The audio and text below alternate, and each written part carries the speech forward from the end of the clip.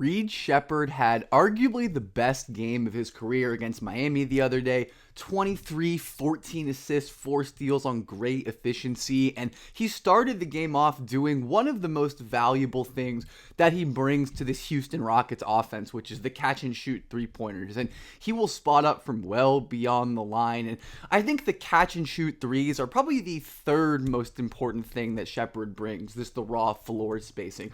We're going to talk about number 1 and number 2 on, and why this breakdown of Sheppard's game against the Heat, and talk about how it contributes to the potential success that Houston wants to have in the playoffs. But like, comment, subscribe, as always, would be super appreciated. All the support is always so appreciated by me. All the comments, even the negative ones, I read them all. Thank you. Even when Reed is missing, I like when he's getting these threes up confidently. It fits with Houston's offensive rebounding heavy game plan, getting up threes, leading to long rebounds, more kickouts for threes, and Sheppard has improved a ton as an intermediate scorer this year. It was a pretty solid strength of his in college, but he is going to always probably have to rely on these tougher, more leaning, touch-oriented shots, which is part of why he's never going to be like a superstar on-ball creator, but he doesn't need to be that for Houston. And I think Sheppard obviously adds a ton of value as a steal getter on defense, has real issues with his size and on-ball defense. He can get switch hunted, definitely struggles as the low man at times, but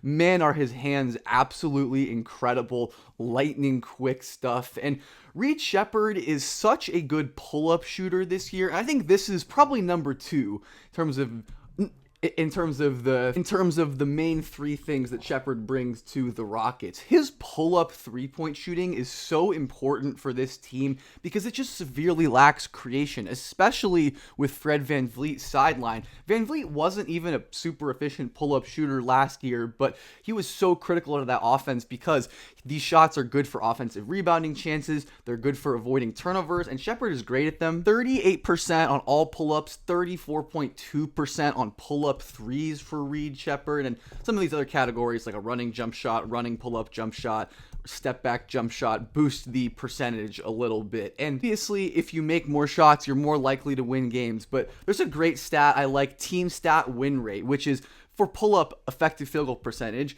Teams win 62% of the time if they have a higher pull-up effective field goal percentage than their teammate. That's a pretty strong correlation. And what team other than the Houston Rockets are in first? 22 games, 19 wins when their pull-up effective field goal percentage is higher than the opponent. And even when you look at raw field goal attempts, there's a negative correlation overall. A slight negative win rate when teams have higher pull-up field goal attempts, which makes sense. They can often be inefficient shots, but not for Houston, which is solidly above positive with the 57.1%.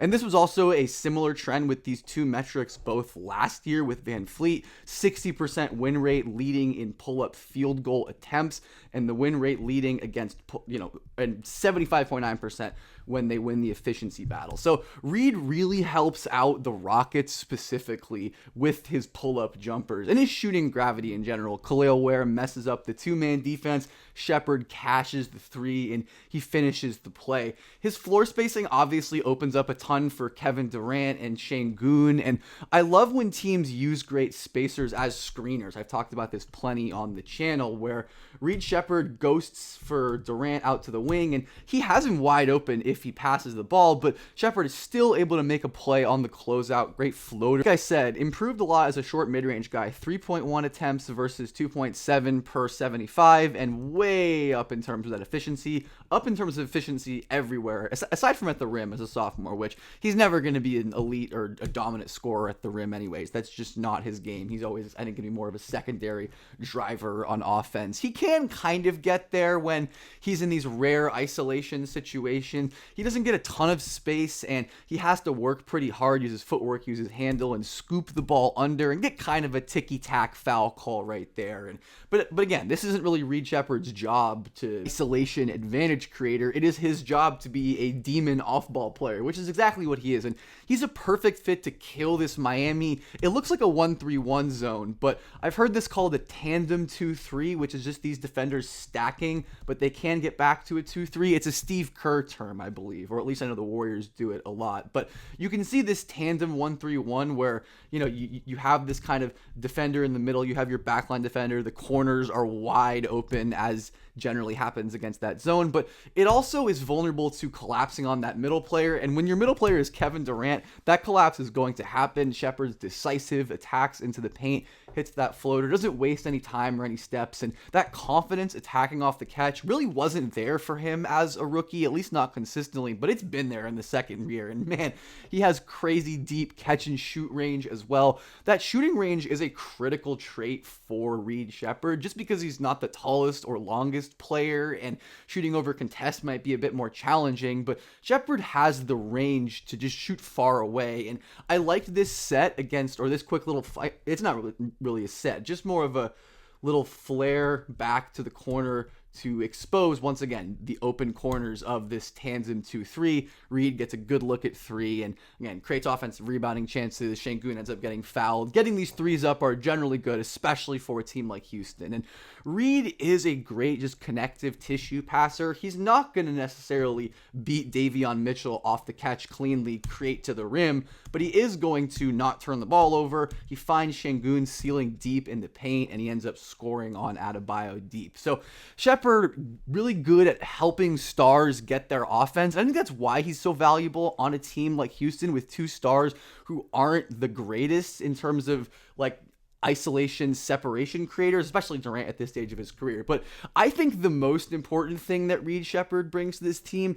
is his connective playmaking. He is an absolutely brilliant off-ball passer. It's either this or his ability to like handle and shoot the pull-ups. He's definitely better at connected passing than he is at dribbling, but like relative to the other guard options on the Rockets, you know what I mean. But Sheppard just has this sixth sense, and I always thought of him as more of an off-ball passing prospect than an on-ball one, and stuff like this is why. Just incredible awareness, immediately knows that the help is stepping up, there's going to be space, he zips it in there before Adebayo can rotate, and Jabari Smith gets to his little 2-foot jumper. And this one at the end of the quarter was just brilliant, where Rockets are going to get a hard double team, and they're going to get it to Reed in the corner, who immediately kicks it to Amen Thompson while falling over, and Amen finishes that beautiful like acrobatic lob. But Reed immediately whipping that pass in before Hero has a chance to rotate from the weak side. Another one of these high win rate stats is secondary assists or hockey assists. I want to go to 2025-26. 60% win rate last year and 64 this year. And for the Rockets, that is true as well. 64% of their games that they had more hockey assists than the opponent, they won. And again, it makes sense. These hockey assisted connective passes are often easy catch and shoot in rhythm shots, and some of them are just sick passes like this. Again, zone against Reed at your own peril, where he's just going to throw it into the soft spot up to his non-lob threat. I wish this was Amen Thompson. He would have punched that, but Şengün ends up finishing the play anyways, getting 2 points because of Reed's willingness to pass into that tight space. And he's so good just swinging the ball, and yeah, you know, his assist numbers are sometimes going to get juiced by Kevin Durant hitting deep pull-up threes, but that's fine because he is legitimately producing value as a passer with his quick decision making, with his off-ball play, all the stuff that we've seen. And against this like weird Miami zone, you're not going to really get a chance to do isolations and pick and rolls, which suits Sheppard well. Excuse me. Sheppard always willing to give the ball right back up after he gets it, because oftentimes that's when the defense is sleeping. And when you make a mistake, or not even necessarily a mistake in this case, where Yakuchon is just stepping up on the screen and this defense leaves the corners, Sheppard is going to punish that. He's going to make the right read. He's going to take what the defense gives him. I think that's always been one of Reed's best traits as a playmaker, is that willingness to take what the defense gives him and make these simple plays. But his deep catch and shoots onto the fourth quarter, his range obviously so valuable, and his three-point percentage is way up this year. I think it was 32, 33 as a rookie, 39% this year, and the extra passing is huge late in this game. He seems to just have a good sense of when it's best for him to shoot and when it's best for him to extra pass, and he was doing a great job of hunting that exposed corner in this 2-3 tandem 1-3-1, whatever you want to call it, whatever zone Miami was running in this game, and just making these consistently sound decisions that aren't necessarily flashy or highlight worthy, but they do add value and they do impact winning. This one was a little cooler, with Sheppard audibling, jump passing in midair. He's going into a pull-up right here, Bam steps up, Fontecchio digs in, and that is plenty of space for Kevin Durant to catch and shoot. It is obviously risky to help off Kevin Durant in the strong side corner, and Sheppard has enough passing skill, and especially when he can manipulate the defense, audible out of a pull-up jumper like that, find Durant for a big play. And then to close out the game, Rockets up 1 with 20 seconds left. Reed Sheppard is going to make one of many closeout attacks in this game, but obviously this one was the biggest, and we see it all. The Rockets double team Kevin Durant, and it was really good to have Reed on the strong side next to Durant, where I think if he was like over here, Durant's probably not making that corner skip pass, and it's easier to hit this top key and let Reed work in space. So good design by the Rockets to have him one pass away to make that help a little bit more dangerous. And Reed, he's closing out so deep, Tyler Hero is, because Reed's a threat to shoot from the hash. He blows by easily, drills that floater over Bam Adebayo. Was that off the wrong foot or was that a lefty? No, that was off his left foot, but still drills it over Bam Adebayo, puts the Rockets up 3, and then I believe they win this game, right? But regardless, it was a Reed Sheppard masterclass, and he showed all of the reasons why if the Rockets are to go far this year in the playoffs, especially with that Steven Adams, kind of hard to see, they need him as a floor spacer, but they need him to be dribbling, they need him to be taking care of the ball, because they just don't have guys who can do that on the roster. Like Aaron Holiday,